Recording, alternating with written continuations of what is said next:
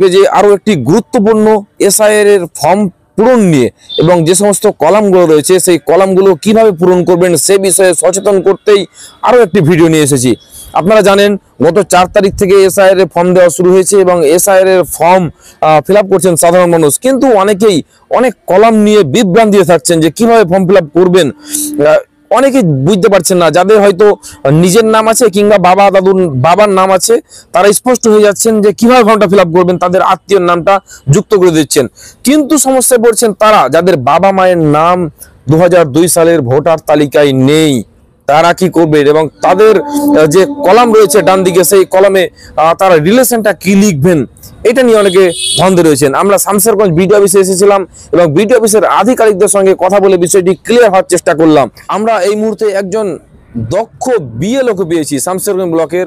এর আগেও আপনাদেরকে একটি ভিডিও দেখিয়েছিলাম এবং তিনি সচেতনতামূলক বার্তা দিয়েছিলেন।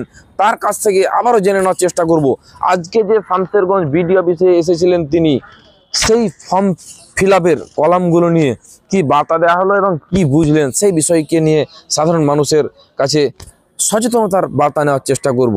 সেনাল সাহেব, একটা বিষয় নিয়ে অনেকে ক্লিয়ার হচ্ছেন না, যাদের বাবা মায়ের নাম 2002 সালের ভোটার লিস্টে নাই কিংবা নিজের নামও নাই, তারা বাবা দাদুর কিংবা কোনো একটা আত্মীয়ের নাম লিখছেন, সেক্ষেত্রে কিভাবে কলামটা পূরণ করবেন এবং তাদের যে রিলেশনের কথা বলা হচ্ছে, যে একটা কলাম আছে রিলেশন, এই রিলেশনটা কি লিখবেন বিষয়টা যদি একটু ক্লিয়ার করেন। আমরা ফর্মটাকে বোঝার জন্য যদি ফর্মটাকে প্রথমে আমরা এ বি সি করে যদি ভাগ করে নিই তা আমাদের বুঝতে খুব সুবিধা হবে। আমি যদি এই কলমটাকে প্রথমে এ ধরি, এটাকে বি ধরি আর এটাকে আমি সি ধরি, তাহলে আমার কলমটা পূরণ করতে সুবিধা হবে। স্যারকে দেখালাম, স্যারদের সাথে কথা হলো, স্যারেরাও আরও ভালো করে হাতে কলমে টেবিলে বুঝিয়ে দিলেন। কীভাবে বুঝালো আপনিও দেখলেন। সেটা হচ্ছে এই যে স্যার যেটা বললেন যে এই কলাম এ ফিল আপ হবে অ্যাজ পার 2025 একজন নির্বাচকের যা যা তথ্য আছে সেটা পূর্ণ হবে। আমি 2025 তার নাম, তার রিলেশন, এই বাবার নাম, স্ত্রীর নাম সব কিছু এখানে পেয়ে গেলাম। বিটা হচ্ছে যারা 2002 ডাইরেক্ট আছেন, 2002 ডাইরেক্ট আছেন তার এখানে 2002 যা ডিটেলস সেটা হুবহু এখানেই বসবে। কেউ যদি শহীদুল হয়ে যায় এখন 25-এ, কিন্তু 2002 তিনি সাইদুল ছিলেন, সেই সাইদুলটাই লিখতে হবে।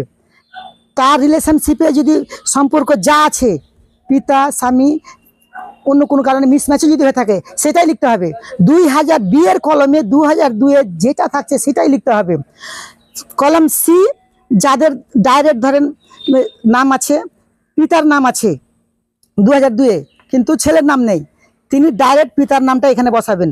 সমস্যায় বেঁধেছে যে যাদের পিতা এবং মাতারও নাম নেই 2000 সালে, কার নামটা বসাবো? স্যার বললেন যে এখানে দাদুর নামটা বসবে এই ঘরটায়, আর যেটা আত্মীয়ের নাম বসবে সেটা হচ্ছে দাদুর বাবার নাম বসবে। এইবার সম্পর্কটা বলছে যে এই আমরা অনেকেই গুলিয়ে ফেলছি যে এই দাদুকে আমরা প্রথম, মানে এটাকে যদি 1 ধরি তাহলে এই 1-এর সঙ্গে বিয়ের আমরা দাদুর সম্পর্কটা লিখে দিচ্ছি। কিন্তু স্যারেরা যেটা বললেন, স্পষ্ট করলেন যে আমরা এই সম্পর্কটা আত্মীয়ের সম্পর্কের সঙ্গে সম্পর্কিত হবে। তাহলে আমরা এখানে নাম লেখা হচ্ছে, হ্যাঁ, যে এই আত্মীয় যিনি থাকছেন তার এখানে আত্মীয়ের নাম লিখলাম, তাহলে এখানে তিনারা কে হচ্ছেন এখানে সেই সম্পর্কটাই লিখতে হবে। ওই ভোটার লিস্টে যেটা আত্মীয়ের নাম লেখা ছিল ওনাদেরই সম্পর্কটা লিখতে হচ্ছে। একদম তাই। এটা এইভাবে আমাদেরকে ডাউট ক্লিয়ার করলেন, কারণ আমরা অনেকে গ্র্যান্ডফাদার গ্র্যান্ডমাদার ওই একের হিসাবে লিখতে ভুল করছিলাম, কিন্তু সেইটা চলবে না, এখানে সেটাই করতে হবে। স্যার যেটা বললেন যে পুরো সিস্টেমটা, মানে এর যে আত্মীয় হচ্ছে সেটা ইসিআই নেট বলে এখন যে সিস্টেম ডেভেলপ হয়েছে ইলেকশন কমিশন অফ ইন্ডিয়ার, সেখানে তার সমস্ত ডেটা চলে আসবে এবং তিনি তার লিগ্যাল মানে প্যারেন্টেজ বা লিঙ্কেজ তিনারা খুঁজে পেয়ে নেবেন। অসংখ্য ধন্যবাদ।